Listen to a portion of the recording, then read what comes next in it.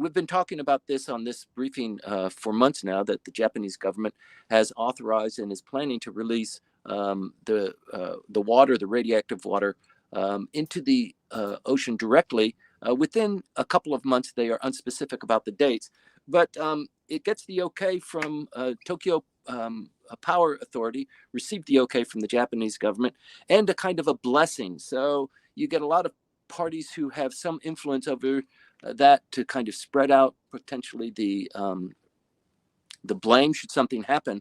But nobody wants it to all fall on the Japanese government, and certainly TEPCO doesn't want it to be on its shoulders if there is any repercussions. So they had the IAEA come in and review the policies, and they gave it a stamp of approval. They said it meets all international standards, so if you want to release it, we're okay with that. Similarly, with South Korea, you know that Japan has been building these ties with South Korea under the auspices and the encouragement of the United States to have this bilateral relationship more robust and stronger, so that it can be a defense mechanism against North Korea, and potentially as a greater part of deflecting what China might have, what aims China might have on Taiwan.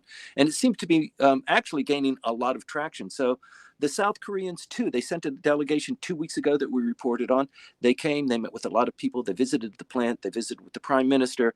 And then just this last week, they also passed a resolution that said we respect the decision of the IAEA with regard to the release of the radioactive water. So it looks like all the boxes have been checked, and it looks like Director General Rafael Mariano Grossi left Japan yesterday after about 5 days here. He met with residents of Fukushima and the plant area.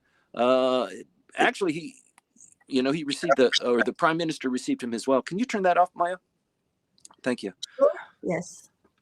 The prime minister, a lot of press on him coming as if Japan was waiting for his final blessing. I don't think that's the case, but I think it does highlight to the Japanese public and to the population at large, and also to the neighbors around Japan, that this is going forward. So as it stands right now, 500 metric tons of radioactive water will be released at some point. This water has already passed through what they call the advanced liquid processing system, which removes most of the radioactive nucleotides except tritium.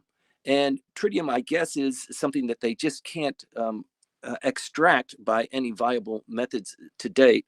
So it is going back into the ocean water with the tritium, but with a dilution of an amount that is less than what tritium exists in nature, or how it's being produced in nature, so that they're going to stay below what nature actually produces in tritium. So that is the argument to justify this. But in any event, the water just keeps piling up in Fukushima.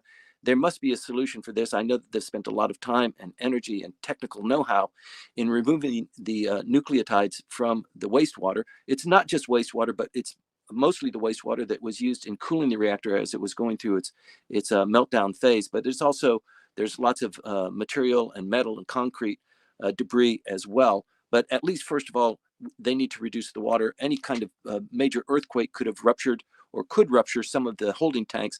So it is an issue that must be resolved one way or the other. And this is the resolution that the Japanese government has reached.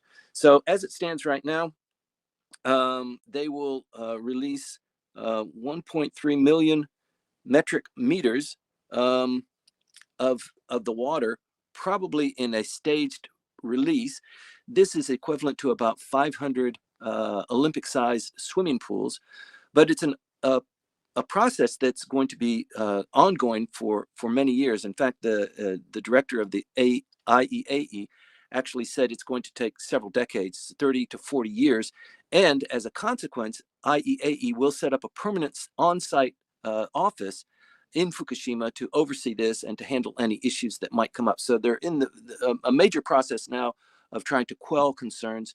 The South Korean delegation released a report just this last week in South Korea. So there's lots of opposition in South Korea too. There's a large faction of the population that really has a lot of animosity directed towards Japan still. And one of the ways that this comes out is anything that comes out of Japan just has a no mark on it. So President Yoon is working hard to quell that.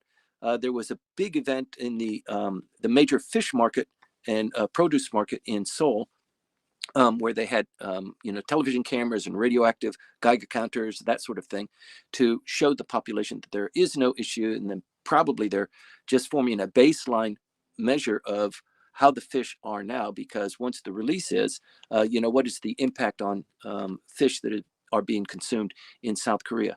Similarly, in China, which is very opposed to the release of the water, there's been some reports that China's release of waste into the South China Sea is far worse than anything that TEPCO is doing or plans to do into the Pacific.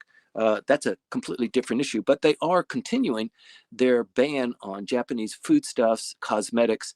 The foodstuffs are from 10 prefectures. That's been going on since 2011, and it's caused a lot of friction between the countries. Japan and China have a very close trade relationship.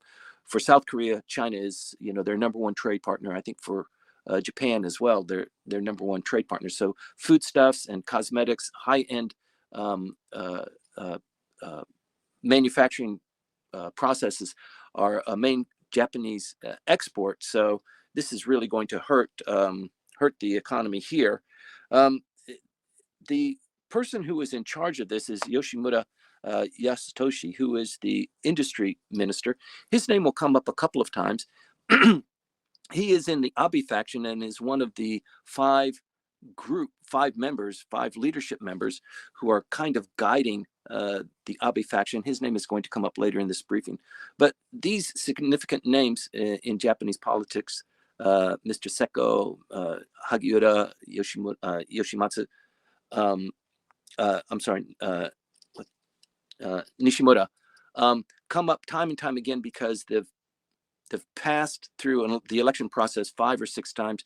They're prominent in politics, and their names will come up because they are pretty much at the forefront of helping to guide Japanese politics with the prime minister. So important to keep their names in mind.